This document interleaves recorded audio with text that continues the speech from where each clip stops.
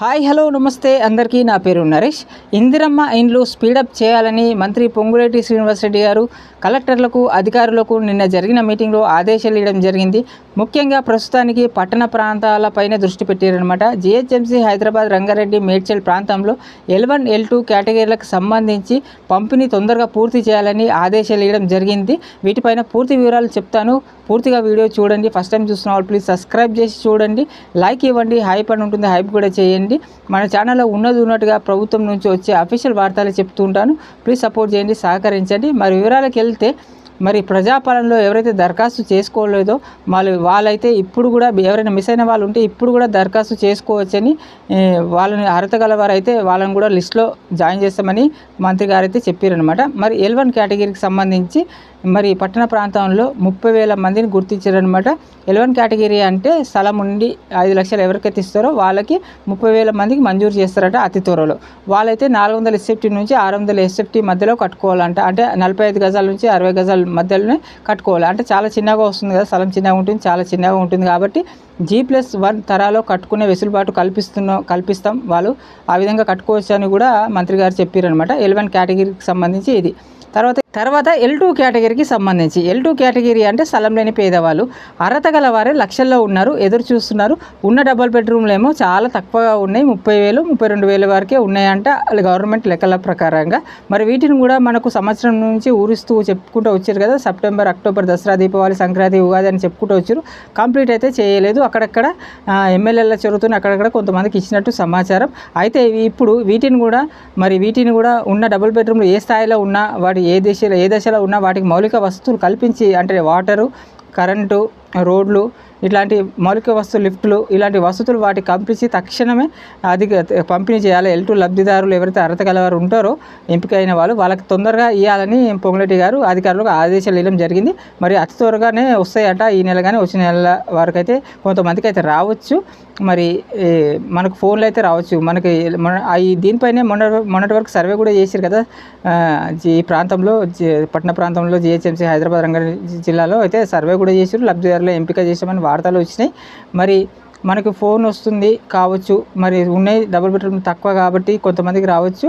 మరి మీరు చాలామంది డౌట్లు అడుగుతారు కదా, మాకు ఆన్లైన్ స్టేటస్లో L2 pending for MPDO approval వస్తుంది, మాకు ఇల్లు వస్తుందా లేదా అని చాలామంది అడుగుతున్నారు. కానీ మనకు ఆన్లైన్లో చూపించేది ఓన్లీ అప్లికేషన్ స్టేటసే. అది మనకి ఎంపిక చేసేది అంతా కూడా క్షేత్రస్థాయిలోనే జరుగుతుంది, మీ వార్డ్ ఆఫీసర్ కానీ.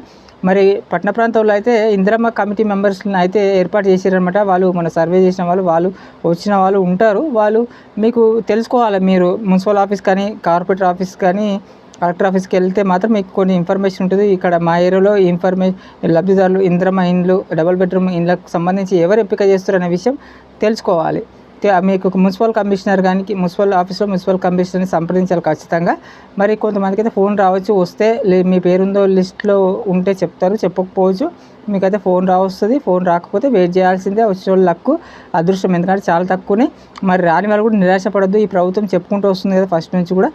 మరి చాలామందికి అయితే G+ ఈ పట్టణ ప్రాంతంలో G+3 నిర్మించి అందరికీ అర్హత గల వారికి అందరూ కూడా ఇస్తామని ప్రభుత్వం ముందు నుంచే చెప్పుకుంటూ వస్తుంది. అవైతే స్టార్ట్ చేయలేదు, త్వరలోనే స్టార్ట్ చేస్తారట. మరి ఒక 1 year 2 year వరకు చాలామందికి రావచ్చు. ఇప్పుడైతే ప్రస్తుతం అయితే కొంతమందికి 30,000 ఉన్నాయి కాబట్టి కొంతమందికి రావచ్చు. దీంట్లో కూడా మొన్న కొంతమందికి ఎమ్మెల్యే చొరవతోనని చెప్పినాను కదా. ఎగ్జాంపుల్గా cantonment MLA Shri Ganesh MLA కొంతమంది 155 కంటోన్మెంట్లో 155 డబుల్ బెడ్రూమ్లు ఉంటే కొంతమందికి అయితే పంపిణీ చేసారు ఈ మధ్యనే, వారం 10 రోజుల క్రితం. అట్లనే కార్వాన్, జియాగూడలో డబుల్ బెడ్రూమ్స్ కూడా కొంతమందికి ఇచ్చారు అక్కడ ఎమ్మెల్యే చొరవతోని. రెండిట్లో కూడా మన ఇన్ఛార్జ్ మంత్రి పొన్నం ప్రభాకర్ అయితే పంపిణీ చేశారు. వీళ్ళకి ఎట్లా వచ్చినాయి, వీళ్ళు యూనిటీగా కొంతమంది వెళ్ళి ఎమ్మెల్యేలను కలవడం ద్వారా ఈ విధంగా ఇచ్చినట్టున్నారు. ఎప్పటి నుంచో దరఖాస్తు పెట్టుకున్న వాళ్ళు. మరి మీరు కూడా యూనిటీగా ఇంకో 10 మంది కలిసి ఎమ్మెల్యే దగ్గరికి వెళ్తే చాలా మేలు, కొంతమందికైనా వస్తాయేమో. ఎందుకంటే ఎంపిక చేసే వాళ్ళు ఇందిరమ్మ కమిటీ మెంబర్స్ ఎవరైతే ఉంటారో ఎంపిక చేసే వాళ్ళ పైన కూడా ఒత్తిడి ఉంటుంది కదా. ఎమ్మెల్యేల ఒత్తిడి ఉంటుంది వాళ్ళపైన. మా వాళ్ళకి ఇవ్వాలని, కాంగ్రెస్ పెద్ద లీడర్లతో కూడా మా వాళ్ళకి ఇలా వీళ్ళకి ఇవ్వాలని చెప్తూ ఉంటారు. ఈ విధంగా కూడా కొన్ని క్షేత్రస్థాయిలో నడుస్తుంటాయి అనమాట. కానీ మీరు అలర్ట్గా ఉండాలి, తెలుసుకోవాలి.